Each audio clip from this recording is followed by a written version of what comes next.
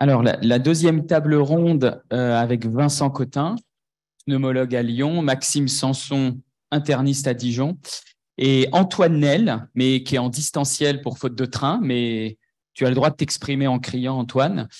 C'était la place des échanges plasmatiques en cas d'hémorragie alvéolaire grave, puisque vous l'avez peut-être vu, les recommandations de l'EULAR disent qu'ils ne recommandent pas sans distinction de la sévérité, mais les échanges plasmatiques dans cette indication. Et donc, les données, on passe très vite, vous savez, c'est l'étude Pexivas qui est négative, avec une proportion de patients qui ont une hémorragie alvéolaire. On va revenir dessus, mais c'était 9% les malades qui avaient une hémorragie sévère, on va revenir dessus. Et si on reprend les groupes d'experts, quelle était la vision des groupes d'experts sur les hémorragies alvéolaires, sur les échanges plasmatiques? Vous voyez qu'en 2020, je crois que c'était en marge du congrès de Lyon, où on s'était réunis, on avait dit à l'époque, on connaissait vaguement les résultats de Pexivas de loin, mais non publiés, et on avait quand même, avec beaucoup de prudence, consensus d'experts, quand même considéré que même si les échanges devaient être utilisés au cas par cas, donc de moins en moins, c'était une situation où il fallait les utiliser. La fameuse CADIGO dont on a parlé tout à l'heure, eh bien, dit hémorragie alvéolaire diffuse avec hypoxémie, les plex doivent être considérés. Et vient en effet, suite à Pexivas, eh bien, dans le BMJ, un consensus d'experts regroupant notamment bien les auteurs de Pexivas. Je ne parle pas du rein puisque c'est la table ronde d'après, mais disant que pour les patients avec hémorragie alvéolaire, si ce n'est pas le rein la cause, eh bien, on a une recommandation certes faible, mais contre les échanges. Donc, globalement, vous voyez qu'il y avait un petit peu ça montre que les recos, parfois, tout le monde n'est pas d'accord. Et les recos de l'EULAR, je vous l'ai dit, l'utilisation systématique des plex pour traiter les hémorragies alvéolaires n'est pas recommandée. Alors, systématique, ça met un petit peu quand même de variabilité possible. Alors, les seules données qu'on a peut-être prospectives, c'est ce travail qui est le focus des patients de l'essai Pexivas, les fameux 9% des patients qui avaient une hémorragie sévère. Vous voyez, ça représente 61 malades sur les 703. Et une hémorragie alvéolaire sévère, c'est j'ai moins de 85% de SAT en air ambiant ou j'ai une ventilation mécanique ou de l'optiflow. Et globalement, vous voyez la courbe verte que la mortalité à 30 jours, elle est multipliée par un facteur 5 et que globalement, 25% des malades qui ont une hémorragie alvéolaire grave vont mourir. Donc, on peut se dire quand même déjà que la gravité de cette définition donc de l'hémorragie alvéolaire grave, pour une atteinte si mortelle, entre guillemets, voilà, c'est un élément quand même important parce que je vous rappelle que jusque-là, par exemple, ça ne sortait pas dans le FFS, l'hémorragie alvéolaire isolée. Donc, c'est pour dire que l'hémorragie alvéolaire, quand même, c'est un sujet. Et puis, l'autre chose, vous voyez que ça, c'est les travaux qu'ils ont présentés avec un manque de puissance évident. C'est 9% des patients qui avaient l'hémorragie alvéolaire. Ils ont dû en mettre 703 pour avoir une puissance suffisante sur leur critère de jugement principal. Donc, clairement, on est largement au-dessous. Mais vous voyez les courbes de survie des hémorragies alvéolaires graves avec échange, la courbe grise, les hémorragies alvéolaires graves sans échange, la courbe bordeaux. Et ce que vous voyez, même si ça ne sort pas sur le plan significatif, c'est que vous avez une hémorragie alvéolaire grave sans échange, 30% des malades meurent. Avec échange, 16% des malades meurent. Donc, on est sur un hazard ratio qui est de l'ordre de 0,5, mais ça ne sort pas significativement. Et de ça, on a des lectures très différentes quand on en discute. Les Américains, ils disent « ça ne marche pas, donc on arrête ». Et puis, après, on peut l'avoir. Moi, je me dis, vous me faites des échanges, en tout cas, s'il vous plaît. Mais c'est pour dire qu'en fait, on a des mêmes données, des lectures très différentes et que tantôt, les intervalles de confiance qui passent 1, ça nous arrange, tantôt, ça ne nous arrange pas. Enfin, c'est quand même, voilà. Et donc, voilà. Et que globalement, si on prend l'effet, pareil, en reprenant notre commentaire, ce que font les gens qui ont répondu au GFEV, le même profil que tout à l'heure, eh bien, vous voyez que les échanges plasmatiques, ils vont être proposés dans 77% des cas dans la situation hémorragie alvéolaire grave. Donc, il y a sur les répondants 25% qui n'en feraient pas et 75% qui en font.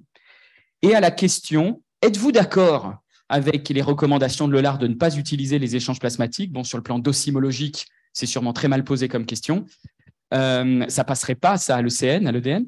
Mais vous voyez que 2/3 des répondants disent être en désaccord, alors pour d'autres questions, ils étaient en accord. Donc, c'est juste pas pour le comportement à la française de vouloir être en désaccord contre tout. Donc, voilà ce qu'on voulait vous dire. Et donc, c'était un peu pour lancer la discussion sur ça. Non, j'avais parce que tu avais mis des camemberts et j'espère que Pierre n'est pas. J'avais juste un commentaire sur le FFS pour en avoir discuté souvent avec Loïc Divin. Finalement, ces hémorragies alvéolaires sévères, elles sont très rares et quand elles sont présentes, elles sont quasi toujours associées à une atteinte rénale et c'est cette atteinte rénale qui était écrasante en termes de valeurs statistiques et pas l'hémorragie alvéolaire isolée. Sur la place des échanges dans l'hémorragie intra-alvéolaire, qui est le sujet de discussion, moi j'avoue que j'étais très content de voir les résultats à l'ACR parce que ça venait conforter l'attitude qu'on a, nous, dans notre centre, chez un patient sévère en réanimation, intubé, avec une hémorragie alvéolaire, de proposer des échanges pour proposer le maximum qu'on peut faire sur le plan thérapeutique. Et je rejoins l'analyse de Benjamin. Je ne suis pas anglo-saxon de ce point de vue-là. Pour moi, quand on passe de 30% à 16% de mortalité, alors c'est vrai qu'il y a le petit p, mais je dirais aussi le groupe échange plasmatique.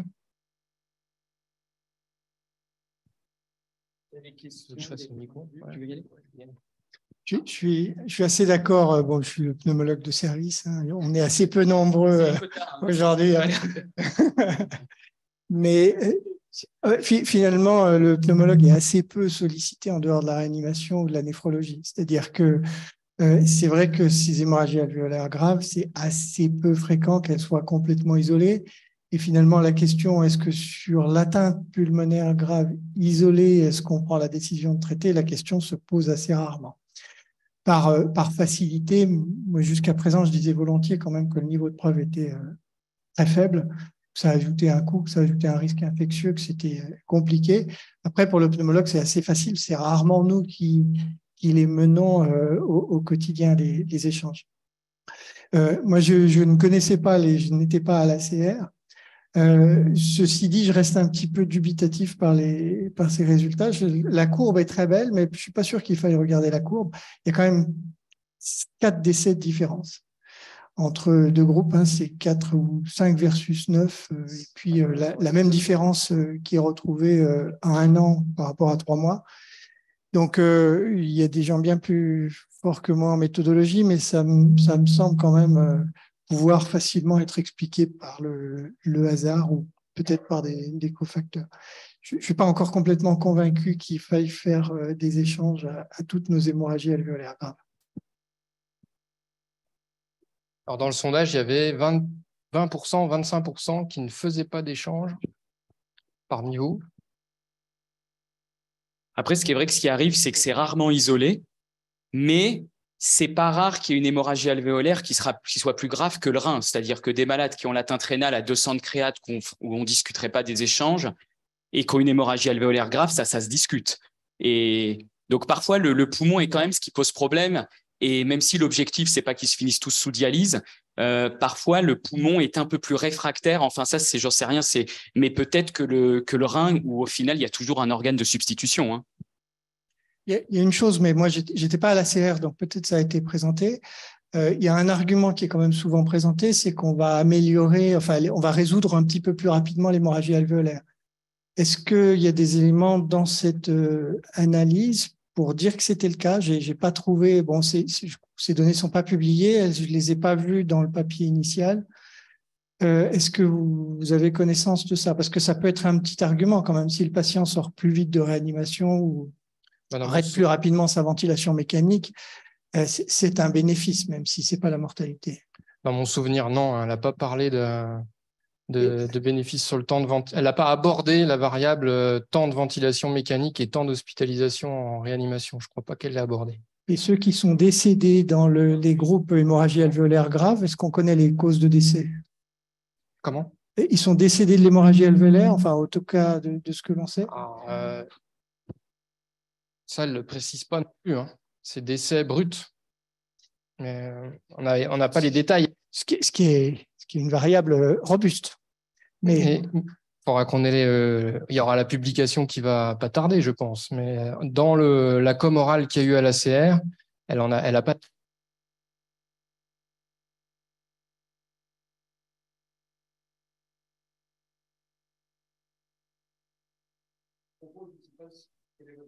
On a souvent des discussions avec les réanimateurs qui sont des gens pressés et qui aiment que lorsqu'on démarre les échanges plasmatiques, que ce soit pour le poumon ou pour le rein, le malade s'améliore très vite.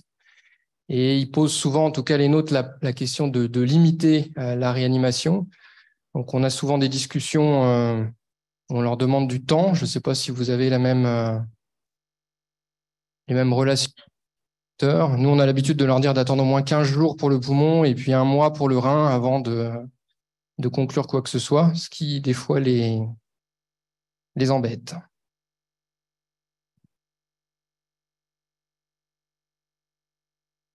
On ne parle pas avec nos réanimateurs. Vous ne parlez pas avec vos réanimateurs?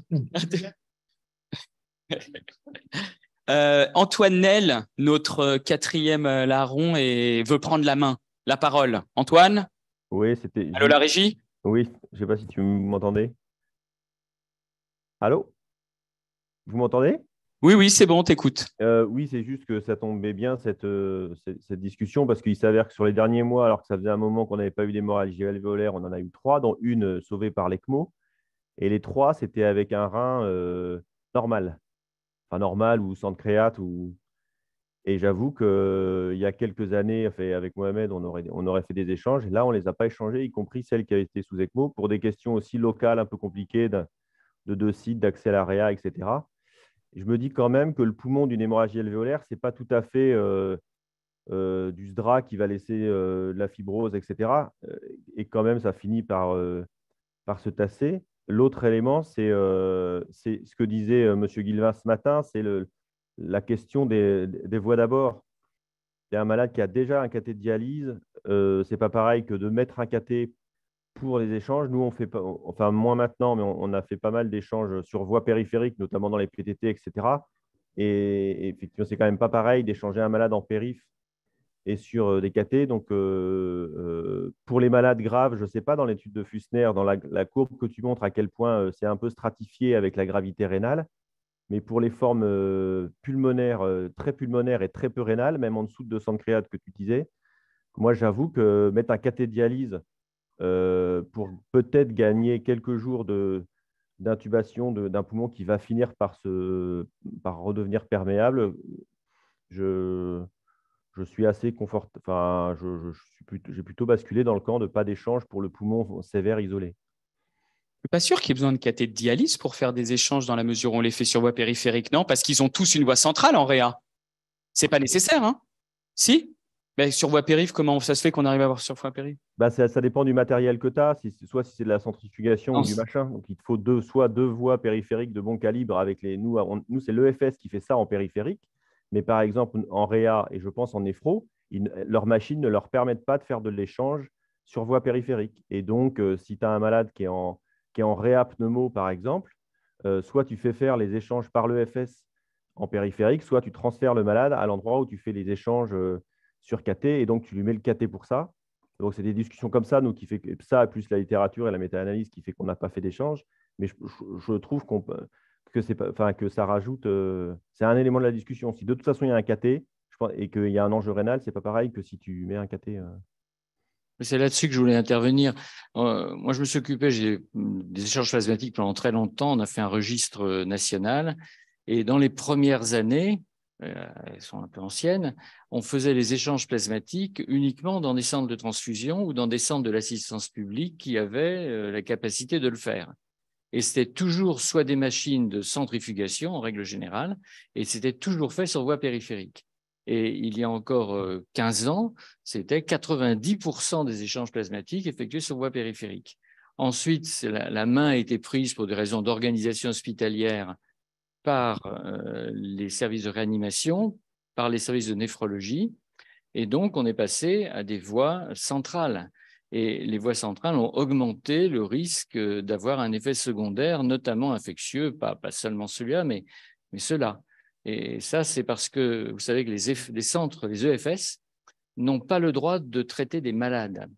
Ils sont là pour faire du don et pour faire du recueil de cellules. Donc, ils n'ont pas le droit de traiter des patients. C'est pour ça qu'on leur a enlevé les échanges plasmatiques progressivement et que ça a ripé tout naturellement vers ceux qui avaient des machines et qui savaient s'en servir. Mais effectivement, les effets secondaires ne sont pas les mêmes.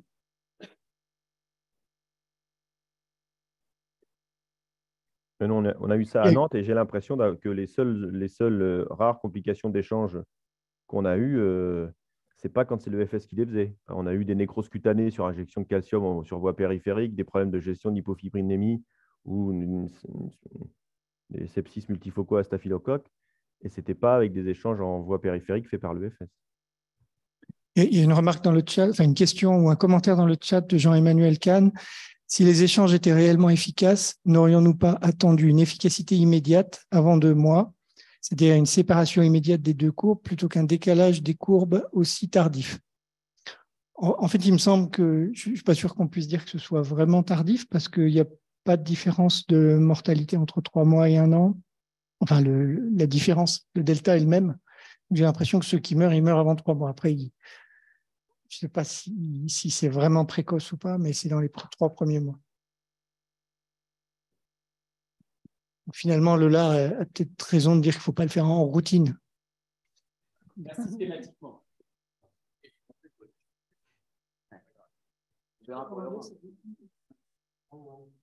Oui. J'avais un commentaire sur ces patients qui sont rares, qui sont des patients gérés par les réanimateurs, et dans les analyses à prévoir pour essayer d'avoir plus de résultats, est-ce qu'il ne faut pas avoir une approche en regroupant les patients qui font une hémorragie intra-alvéolaire sur vascularite et avoir des données en regroupant ces patients, et ce sont des patients de réa qui sont l'hémorragie intra-alvéolaire, sur la vascularité en cas, sur de gouttes pâture, sur la cryo, est-ce qu'il ne faudrait pas avoir cette approche-là?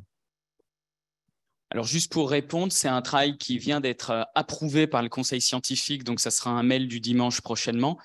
C'est justement avec les réanimateurs et en prenant notamment, en discutant avec Nicolas Deprost, qui est réanimateur à Mont-d'Or et qui est pneumologue de formation et qui a beaucoup travaillé sur les hémorragies alvéolaires, c'est essayer de faire ce que Xavier aime bien, c'est d'émuler un essai justement chez les malades de réa pour savoir entre ceux qui ont été changés ou pas, pour la durée de la ventilation, des trucs comme ça.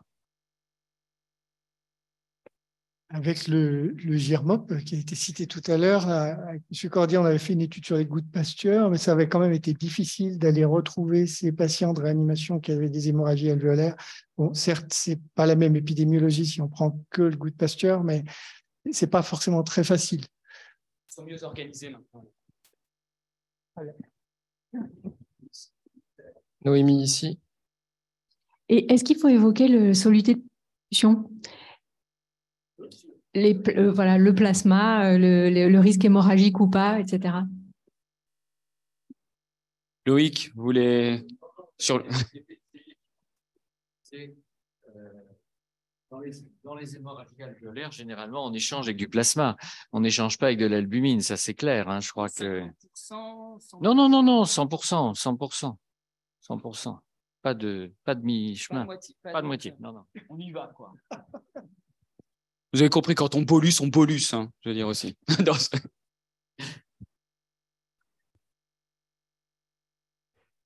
Dans Pexivas, justement, ce n'était pas à l'albumine, les échanges?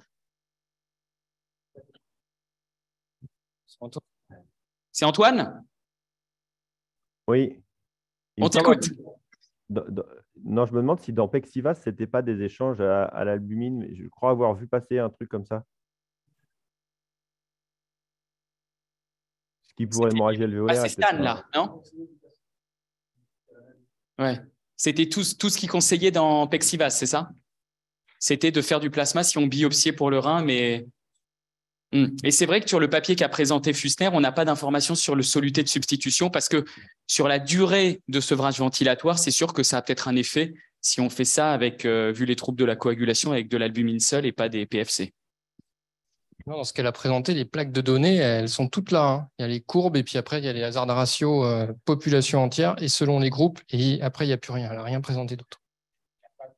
Hein? Ils ne recueillaient pas la durée de la ventilation, ils ne recueillaient pas… Ouais, mais ils vont peut-être revenir au 61. Pas énorme. Une dernière question? Non? Sur la manière dont vous savez, les essais avec la lumine en fait étaient négatifs. La toxicité de la lumine, alors hors la rétardation. Je me demande en apportant du matériel exogène, comme on le fait avec la lumine, est-ce qu'on ne perd pas en fait par des mécanismes pro-inflammatoires ce qu'on gagne sur la coagulation? That is the question.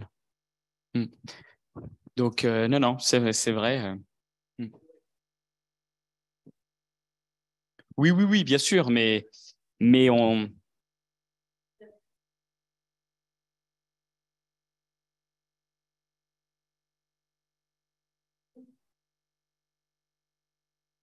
C'est une des motivations, en tout cas, des questions de l'immunoabsorption par rapport aux échanges. Bon, je crois que nous, on a fini le temps. Hein. On peut rentrer chez nous.